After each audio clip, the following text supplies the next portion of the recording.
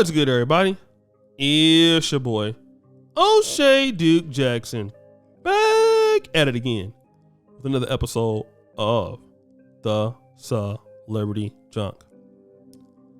Many of you brothers have emailed me this story about Mr. Demetrius Little Meech Flornori Jr. Now, for those of you who don't know who that is, he is the son of Demetrius Big Meech Flornori Sr., who is from the city of Detroit. He was a big time drug dealer. He is now incarcerated. I don't know when he's getting out, but Little Meech is playing him in this series called BMF, okay? And he's also an actor in another series called Euphoria. Both of them, from what I understand, doing very well. I've never watched either series, but obviously with his partnering with 50 Cent on this and getting more gigs in industry, he has become somewhat of a celebrity, right? And when you become a celebrity and you start making a certain amount of money, you know, it's almost, you know, imminent that a person in Black America has to show this. And how do they show this? How do they exhibit this? They do so by buying shiny things, okay? And he did so by buying an $80,000 platinum Rolex. From what I understand, he paid for that. Now, Rolex is an expensive watch, no doubt. I mean, some of them, you know, even the ones that are $25,000, $30,000, that's a lot of money. But to really go out and buy a watch at $80,000 is a lot of money for anybody. But let me just tell you what he did. That wasn't good enough. He wanted to get the Richard Mille watch. That was over $200,000, right? So he used $80,000 as a down payment for his watch, but I believe he owed $200,000 on the Richard Mille watch. So there must have been either $250,000 or more. The problem is that he never paid anything on the watch and never returned it. And not only did he do that, he tried to trade the Richard Mille watch at another jeweler. So this is what got his dumb ass locked up. So now I want to talk to guys today because this is maybe not what all of us do, but it would be what some of us may do, which is the fact that we have had some form of financial success. And now we are pressured into feeling that we need to display this financial success. So now we're going to go out, we're going to try to impress people, try to live up to a certain standard, and we're not looking at things in the long term. We're not looking at things in the long term. What we're doing is looking at things as idiots. All right.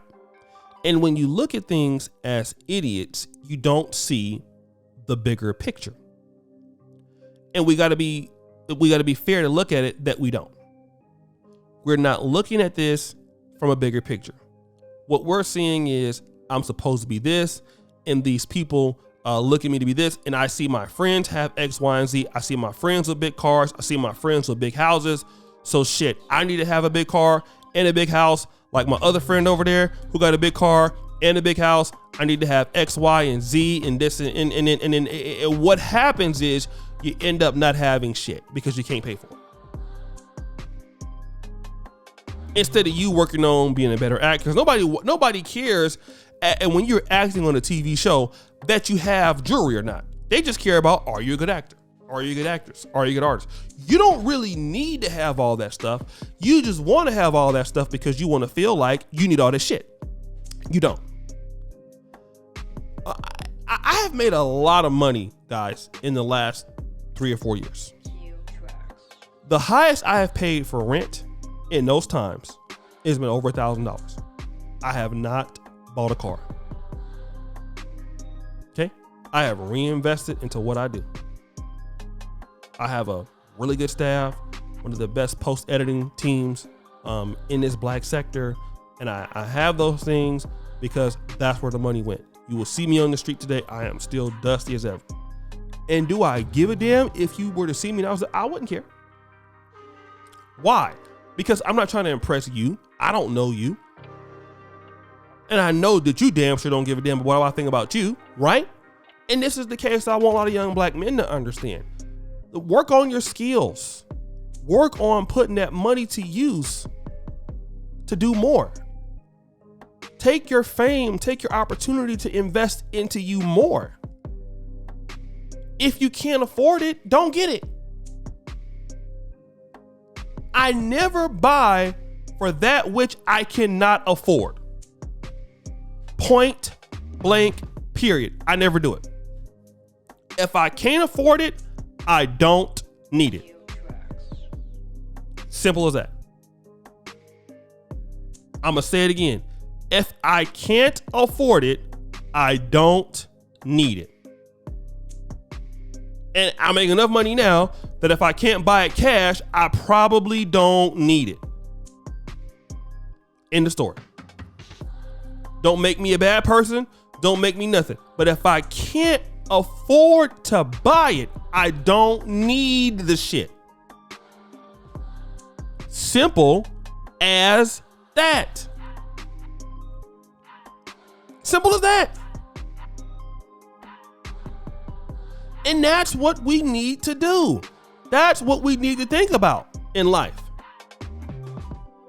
Think about it from that perspective. Everybody got your time, especially you young guys. Like, don't let these young ladies make you feel like you got to have this stuff right now. You make sure you have what you have coming in for a long time. You don't need that stuff right now. Don't you get it? It's a waste of time. It's a waste of money. You can take that money and do something else with it. I promise you. I promise you. Don't let nobody make you out to be a goddamn fool. Because now this dude done got himself into trouble. You didn't pay it. Your credit gonna be bad. All for the fact that you, and like I said, a lot of people do this. They pay for what they want and they beg for what they need. Making bills for yourself. And that's why it's always going to be an opportunity in Black America, guys. We have so many talented people, so many talented entrepreneurs. They're never going to reinvest into what they do. Unfortunately, with our community, many of us, we're not going to reinvest. We'll get opportunities, time to shine. Because why? We tired of we was dusty for so long. It's time for us to have something nice now. Okay, go out there and get it. Can't afford it. Out the business. Then once you get out the business, people laugh at you. They make fun of you. Damn, bro, you hella broke now. I remember when you used to be on. What happened to you now, brother? You out here looking like me. And they would be right. Because now you're out there looking extra dusty.